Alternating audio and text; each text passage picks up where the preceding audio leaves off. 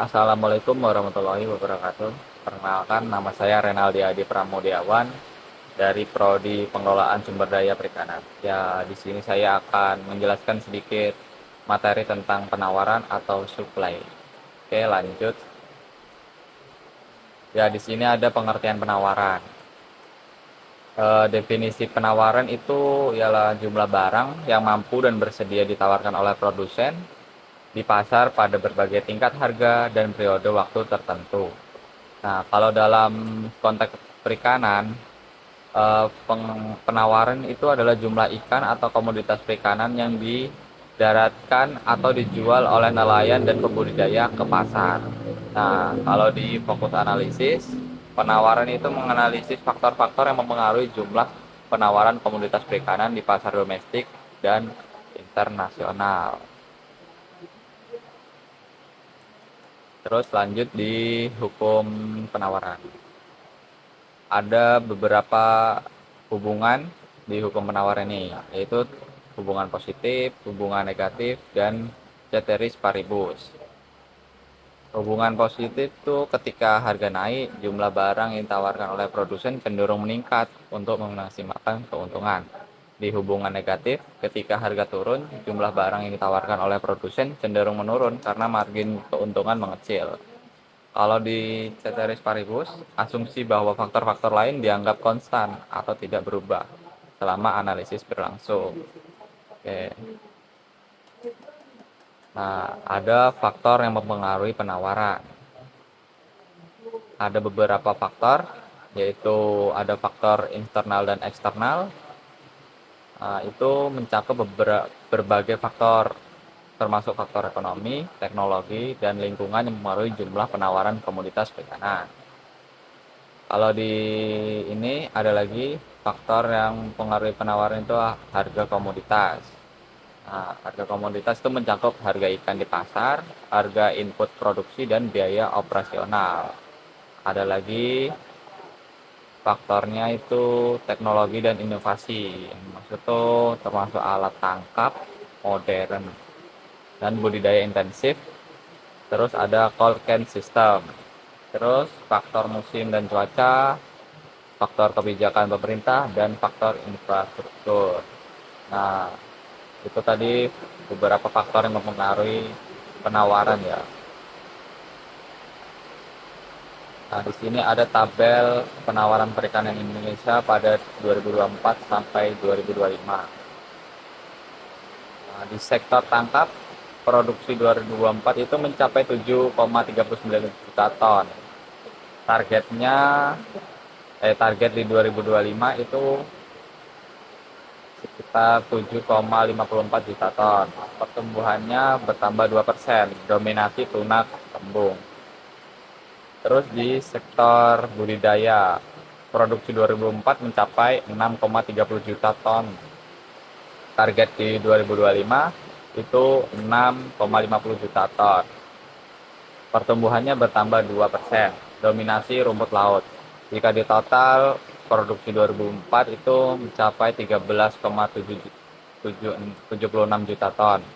Target 2025 totalnya 14,04 juta ton. Pertumbuhannya bertambah 2%, dominasi sehat dan bertumbuh. Nah, itu tadi. Oke, lanjut di studi kasus penawaran perikanan di Indonesia. Ini data 2024 sampai 2025. Nah, penawaran perikanan tangkap. Tahun 2024 produksi perikanan tangkap itu mencapai 7,39 juta ton. Harga ikan tuna naik pada 2024. Kemudian nelayan menambah trip dan jam operasi. Tetapi kenaikan ini hanya sekitar 1-2% di tahun 2025. Ini menunjukkan inelastisitas. Interpretasinya itu harga naik mendorong produksi, tetapi stok ikan dan musim membatasi penawaran. Oke, lanjut di penawaran budidaya Indonesia. Budidaya tumbuh pesat. Produksi budidaya 2024 itu mencapai 6,30 juta ton, naik sekitar 13,64% dibanding 2023. Di 2025 itu produksi budidaya 4,16 juta ton, naik capai 2,61%. Contoh komoditas itu ada udang Paname, nila, lele, rumput laut. Itu termasuk dominasi nasional. Implikasinya budidaya lebih responsif terhadap harga karena teknologi mendukung, input bisa ditingkatkan cepat, kemudian permintaan ekspor mendorong penawaran. Oke, lanjut di elastisitas penawaran, konsep dan perhitungan. Elastisitas penawaran mengukur responsivitas jumlah yang ditawarkan terhadap perubahan harga dalam sektor perikanan. Tingkat elastisitas berbeda antara tangkap dan budidaya. Lanjut di implikasi penawaran perikanan. Kebutuhan cold-head. Pentingnya sistem rantai dingin untuk menjaga kualitas ikan dari lokasi tangkap ke konsumen. Terus ada pengaruh kebijakan kota. Regulasi kota penangkapan berdampak langsung pada jumlah penawaran di pasar. Kemudian ada logistik dan akses pasar. Infrastruktur transportasi dan distribusi yang efisien untuk memperlancar penawaran. Kemudian ada dampak perubahan iklim. Perubahan pola cuaca dan suhu laut mempengaruhi kesediaan dan penawaran ikan. Kemudian ada dampak perubahan iklim. Perubahan pola cuaca dan suhu laut mempengaruhi ketersediaan dan penawaran ikan. Oke, lanjut. Di sini ada studi kasus Kalimantan Timur. Penangkapan di WPP 716. Penawaran tangkap menunjukkan fluktuasi musiman dengan komoditas utama berupa kembung, telar, tuna, dan kakap yang menjadi andalan nelayan setempat.